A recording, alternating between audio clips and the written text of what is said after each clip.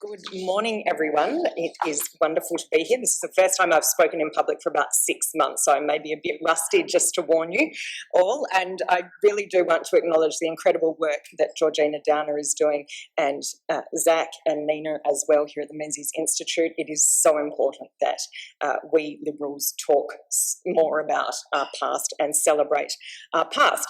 Extra special thanks to Georgina, Zach and Nina also for letting me speak first, so I don't have the pressure of following on from all of the far more brilliant and experienced contributors who you'll be hearing from today and tomorrow.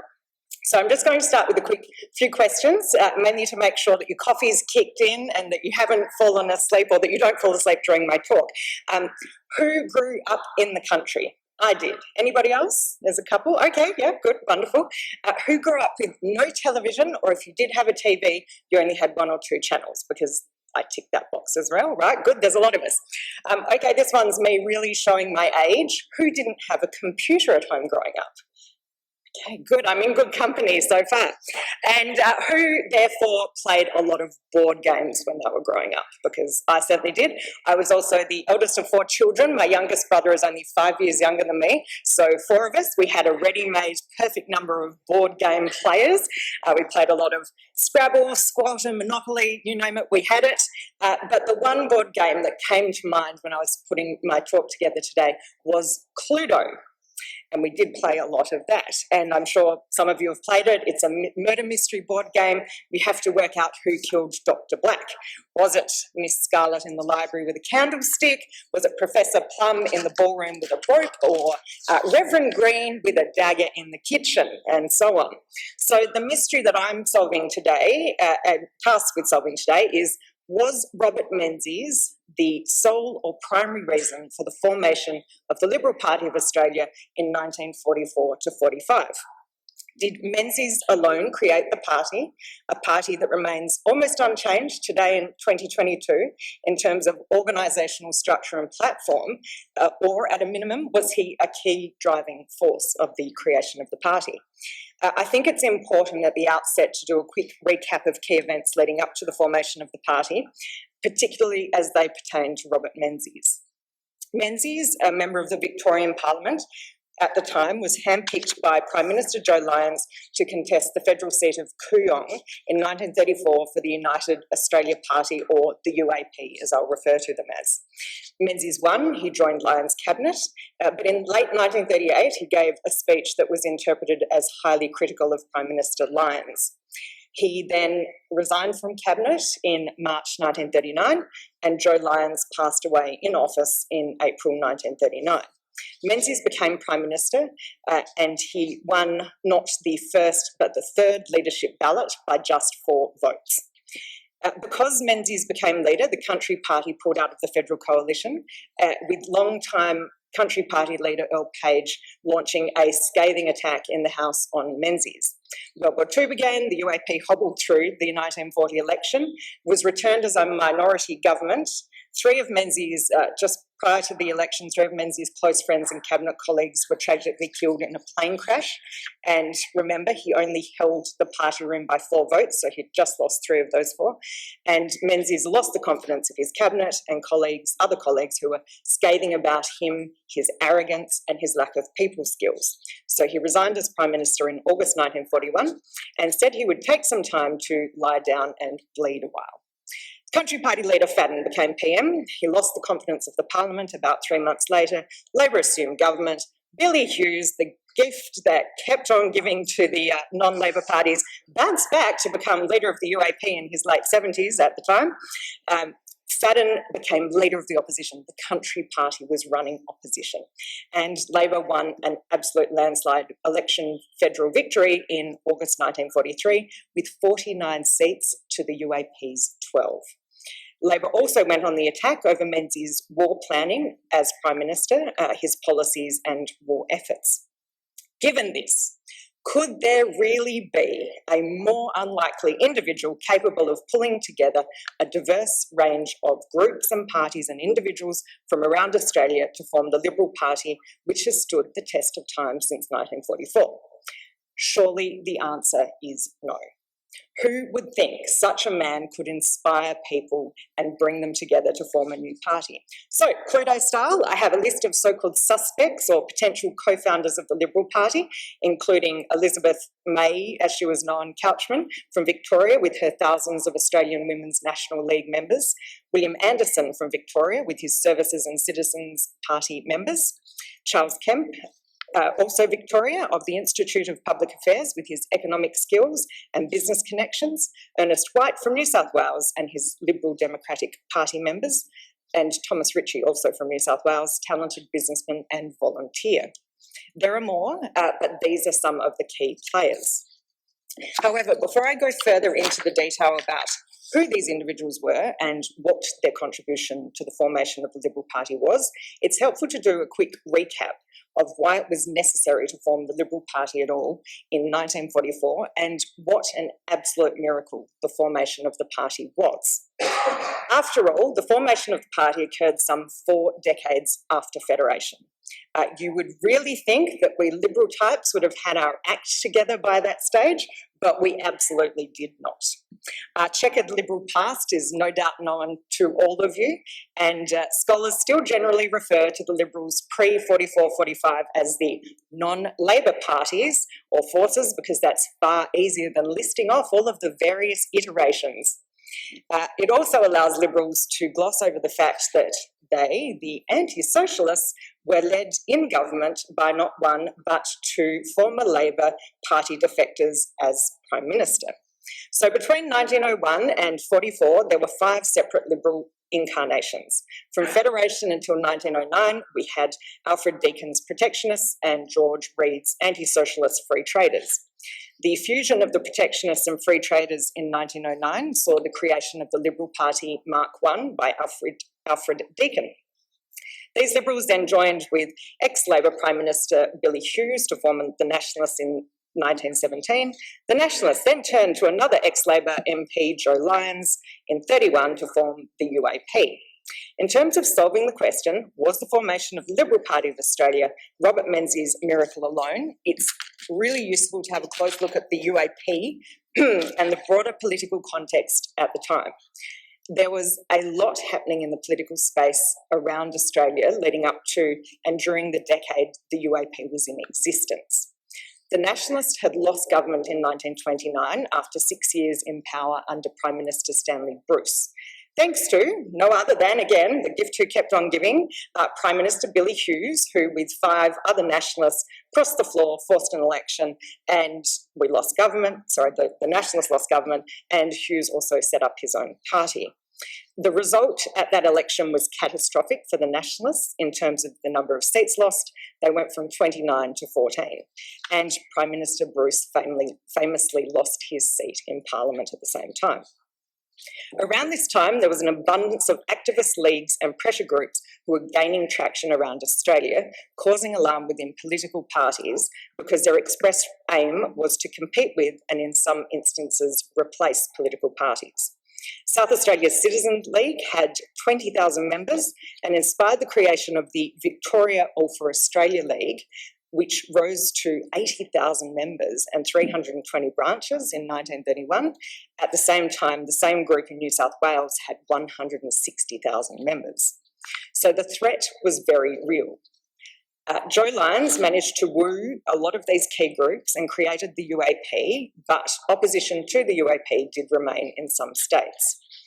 What was ultimately just as fatal to the UAP and led to its eventual demise was the complete lack of a federal UAP structure from the start, because it had neglected to continue on with the nationalist federal structure that it had inherited. Former PM Stanley Bruce, who was re-elected to his seat in 31, along with Richard Casey, who was first elected in 31, discussed the pressing need to recreate a federal body. Casey even drafted a proposal that was supported by Lyons and was supposed to be discussed at the Interstate Conference in 1934, but this didn't occur. Something else, of course, significant did occur, which was the election of Robert Menzies to federal parliament. But back to the UAP, as I think is common to most political parties in the Australian federal system, with such short terms, it's easy to forget the bigger picture when you are constantly consumed by the day-to-day of politics, almost constantly planning for and fighting elections. And for Lyons and his colleagues, they were in the midst of one of the most severe financial crises our nation has ever seen, and they were on the brink of another world war. So I don't think we can really blame Lyons and his colleagues for the demise of the Federal Nationalist Party infrastructure. However, the loss of that infrastructure would soon be very keenly felt by Menzies in particular. So while Lyons and his team were winning successive elections in 31, 34 and 37, what were the non-Labor, the liberal-minded people in the states up to? Naturally, they were fighting themselves and they were fighting the UAP. Most of the states didn't embrace the UAP. They had multiple parties within many states, and their main relationship with the UAP was just at election time. So in 1939, Lyons passes away. Not long after Menzies had resigned from his cabinet, Menzies takes over as PM. World War II begins, Menzies loses leadership, the coalition loses government, and Menzies is attacked in the most deeply personal ways. So what did Menzies do? He demonstrated what I do believe is the greatest act of political and personal resilience our nation has ever seen. He started weekly radio broadcasts outlining his vision for the nation, commenting on topical policy issues. He took on the leadership of the UAP again in 43. He successfully spearheaded the No campaign for the Powers referendum, and then personally wrote to like-minded groups around Australia to invite them to a meeting in Canberra in 1944 to discuss the formation of a new party, the platform and structure of which he had already drafted. Menzies gave the opening and closing addresses at the October Canberra conference and did the same and chaired the meeting and did the same at Albury. This all sounds fairly straightforward in terms of who was the driving force behind the creation of the Liberal Party of Australia, yet scholars such as Ian Hancock have said the following. Even the most cursory examination of chronology and process would cast doubt on the extravagant claims made about Menzies' role in the formation of the Liberal Party. He was certainly not the founder of the Liberal Party. Hancock outlines a number of minor and forgotten figures and major and forgotten figures who assisted Menzies. Starr concurs with Hancock's broad thesis, stating, "It is true that the Liberal Party was not entirely the work of Menzies, but that he had provided the plans and the cement and the blueprint." Gerard Henderson states, "It was not Robert Menzies' work alone, yet without Menzies, it's unlikely that a unified national non-Labor party could have been formed in the mid-1940s, if at all." Anne Henderson, who is with us today, notes that, as Hancock says, "It is true there were many people involved in the formation of the Liberal Party, but, and just as importantly notes, there is little doubt such an achievement would never have resulted without Robert Menzies. Unity among those disparate groups and individuals did not come easily, even after the party was proclaimed. Menzies was the spearhead and organiser that made ultimate success possible." And your book, Menzies at War, is an invaluable resource and was very helpful to me when I was putting my research together. So thank you. So who were these minor and major individuals who Hancock in particular attributes with a major part in the formation of the Liberal Party of Australia? This is where we go back to Cluedo to piece together our suspects who should have been provided with more equal recognition at the time and over decades since. I think it's fitting here in Victoria to start with the Victorian Elizabeth May, as she was known, Couchman. She was a true trailblazer. In 1927, she became the Victorian president of the all-powerful Australian Women's National League, which in the midst of the First World War had 420 branches and 50,000 female members. A very strong structure in terms of their organisation, which is not dissimilar to the one the Liberal Party would adopt. Couchman and a number of her female colleagues were invited to Canberra and Albury, the Canberra and Albury meetings, and over many months, through very hard work, convinced their members that the AWNL should fold so that they could all join the Liberal Party instead. We also have William Anderson, a World War I veteran, successful businessman. He was vehemently anti-socialist and thus anti-Labor, but he was disappointed with the UAP. He was also here in Victoria. And so he formed the Services and Citizens Party, who, along with other splinter groups, had managed to take around 20% of the vote at the in Victoria at the federal election in 1943. So Menzies invited Anderson along to the conferences, and he became the first president of the new Liberal Party of Victoria between 45 and 48, and then federal president in 51 to 56. We have Charles Kemp, who, and David I think has just stepped up, who's known to all of us, certainly in Victoria, but within the Liberal Party and around Australia as well. He was the economic advisor to the Institute of Public Affairs, which had been established in 1943. With his economic training and business connections, Kemp was the principal draftsman of Looking Forward, which proposed economic policies and suggestions to improve business and union relations. Menzies favourably mentioned Looking Forward at the Canberra conference. Kemp has been described as the founding thinker of the Liberal Party, and Hancock claims the IPA had an active role in bringing together the AWNL, United Australia Party Organisation, Middle Class Party and Services and Citizens Party in Victoria to discuss a new political party before the Liberal Party was formed. Ernest White from New South Wales also served in World War I and received the Military Cross for his service. When he returned home, he grew his father's timber business, which prospered, and he was alarmed again at Labor's federal success. So he established the Liberal Democratic Party in response in New South Wales and contested federal and state elections. They participated in early merger talks in New South Wales with the UAP, Country Party and Commonwealth Party, but ultimately sank the proposal by withdrawing from the talks. White ended up serving on the Provisional Liberal Party Federal Executive in 1944. Thomas Ritchie, final suspect, was a talented businessman and volunteer and gained a diploma in electrical and mechanical engineering from the Working Men's College. He proved to be an excellent businessman, was appointed to a range of board positions, and was the Provisional Liberal Party chair in 1944 and inaugural president in 1945. He raised huge sums of money for the party and persuaded the Queenslanders to actually join the Liberal Party, which they hadn't, and drafted the plan for the federal organisation.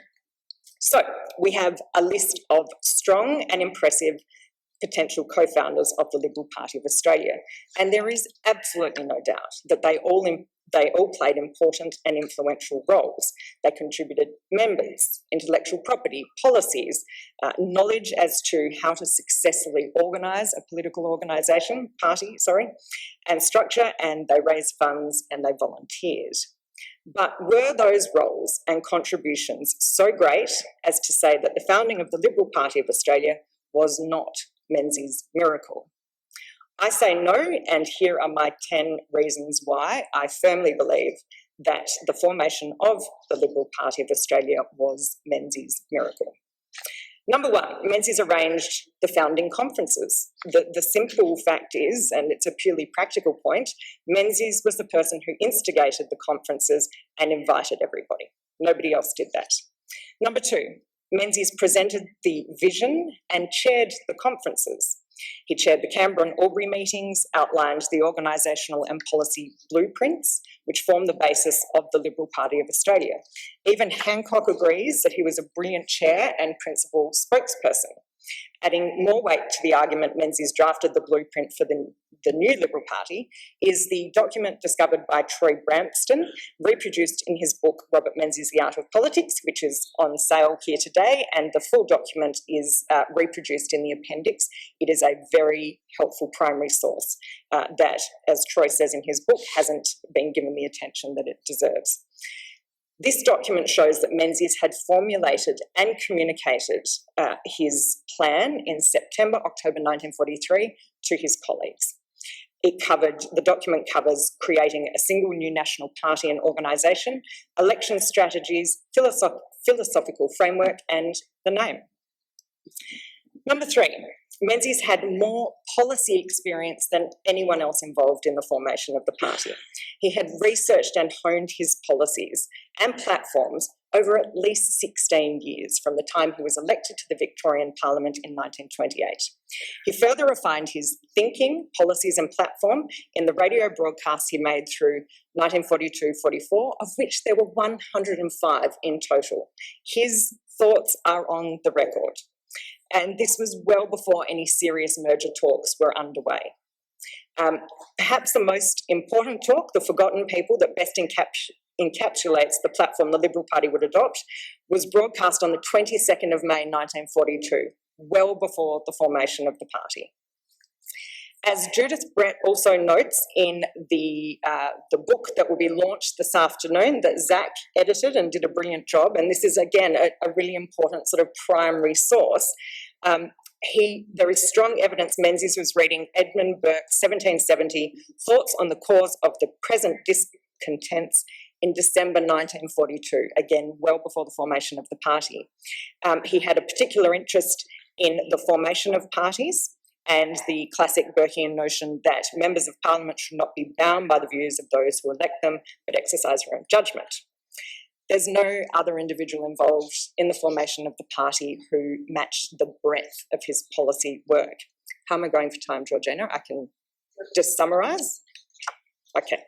I will just skip over. You can buy the book next year to get the full explanation of my other reasons, but I'll give you the top points. So, number 4, Menzies had more political experience than anyone. He'd grown up in political households. His dad was a member of Parliament. His uncle was a member of Parliament. His father-in-law was a member of Parliament. He lived and breathed politics from a young age.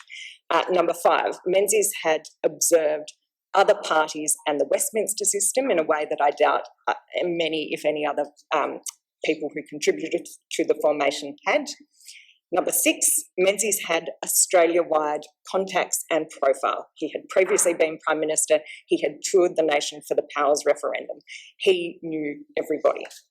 Nobody else had that national profile or the connections. Importantly, and the history that I went through at the start of this talk shows that every single other person who had tried to create a lasting, truly national organisation had failed. Menzies was the only person who succeeded. Number 8, Menzies' electoral success as Prime Minister cemented the party.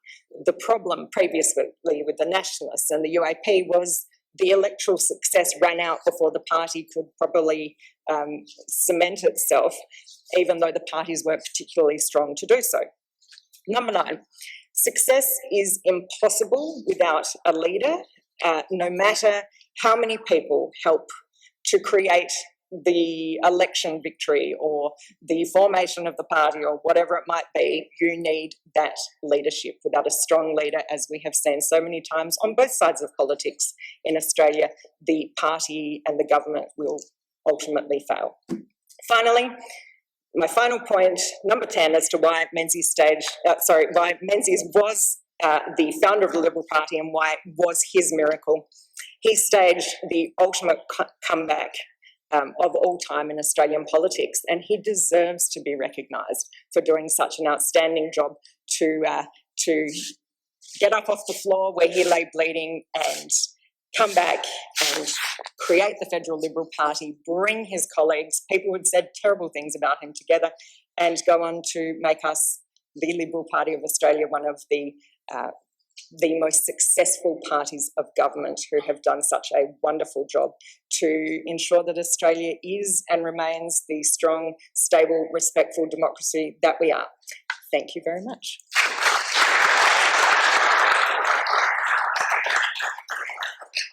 Thank you very much, Nicolle.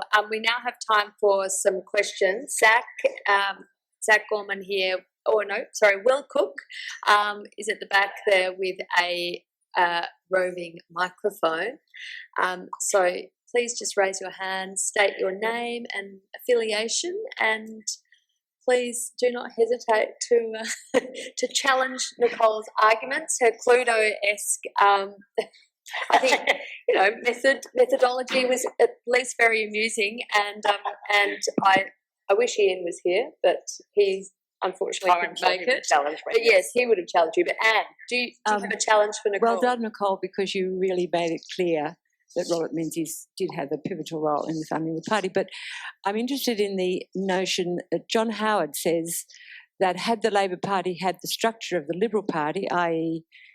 separation of government in terms of states and whatever, not centralised, the split of 1955 wouldn't have happened because Evatt wouldn't have been able to come down on the Victorian state executive. So how important is that structure and how do you see it working out right now?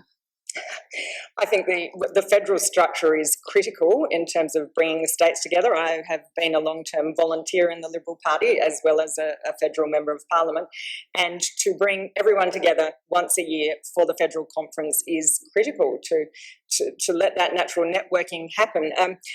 Just on the Labor Party, though, I mean, as a true Liberal, born Liberal, will die Liberal, the split.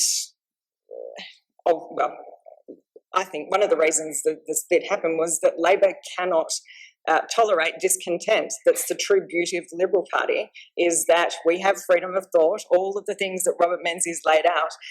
We have freedom of thought, of we have individual responsibility. You can voice your views, you can have different views. We don't need splits. How do I think things are at the moment?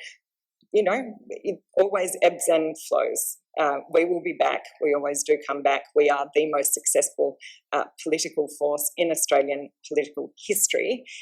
We just have some work to do. It's always hard when you've lost government after being in power for some time. We saw it after the Howard era. The reset took a little bit of time, but I have no doubt that we will.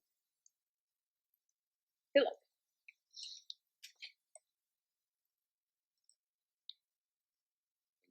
This is on somewhat a lighter note. I'm wondering if your 10-point program could be extended to a number 11, namely Menzies' wit.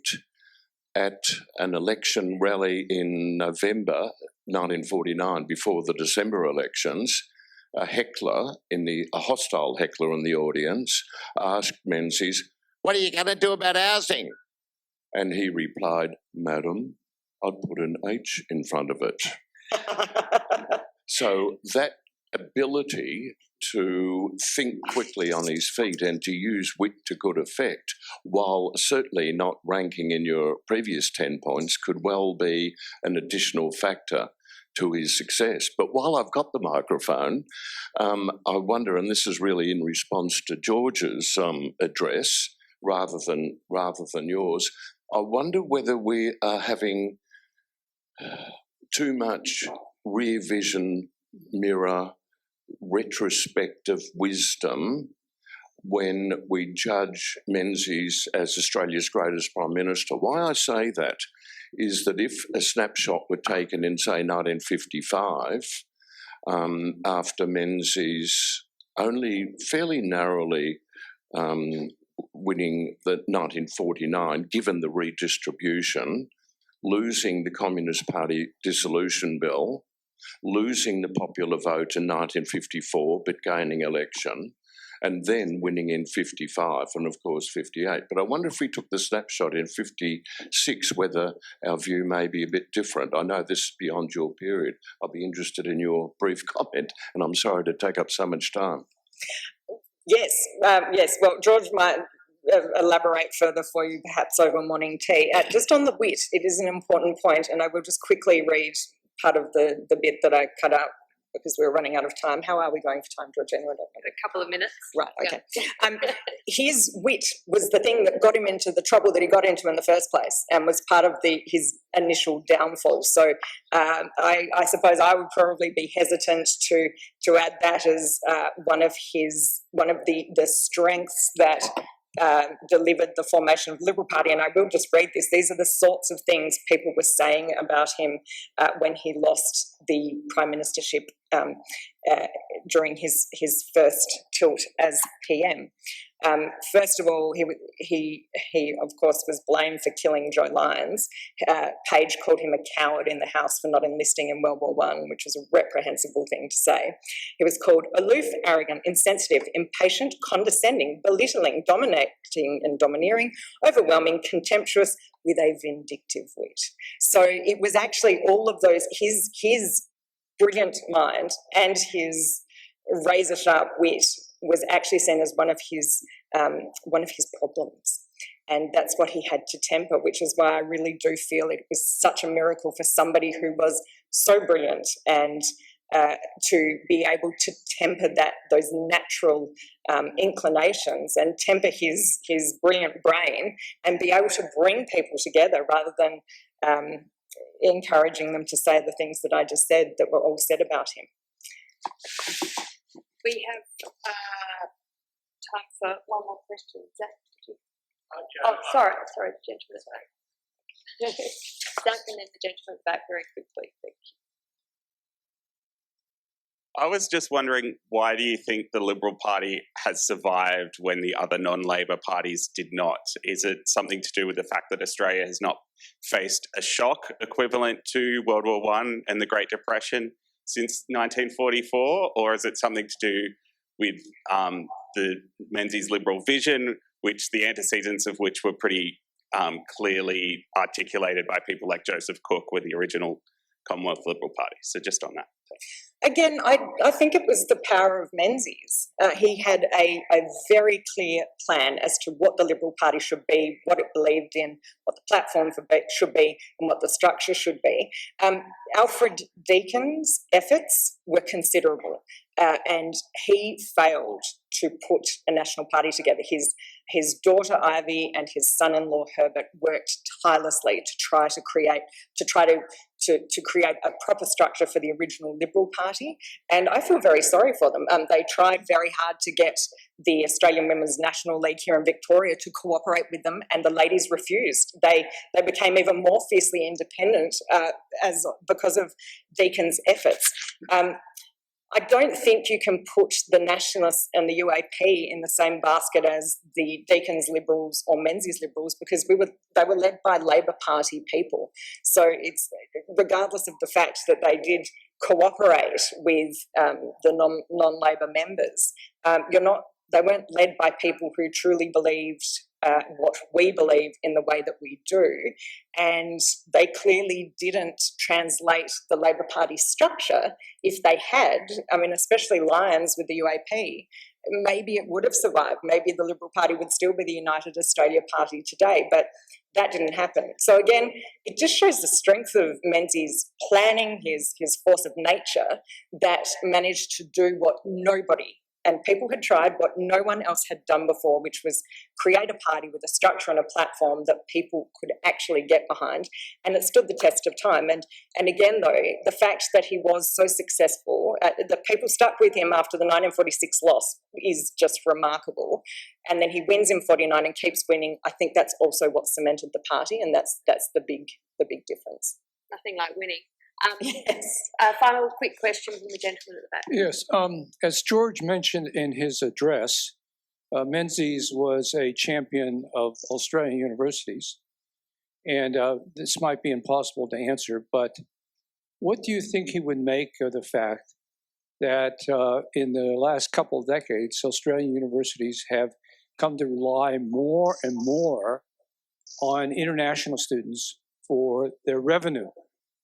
That revenue doesn't go primarily into teaching, it goes into research and the construction of buildings. And apparently universities argue that, well, because of the drop in funding, government funding under both major parties, they've been forced in this direction. So Menzies' thoughts on that, or maybe even your thoughts on that? And is someone covering the universities in the talks? I would yes, imagine that. That's an excellent question. I think there are a few answers to it. First of all, I think Menzies would be very disappointed by the quality of education that all of our students are currently receiving, and the breakdown of the liberal arts education. I did an arts degree with my law degree, and it's my arts degree that has actually formed the basis of my career, and I am so grateful to have had the opportunity to do it. The arts is, full of the proper Western, civilization sort of structure of our arts degrees has, as we know, fallen by the wayside, sadly. And the international students I think Menzies would be delighted that we have people from all over the world coming here, because that's how we stay strong and united as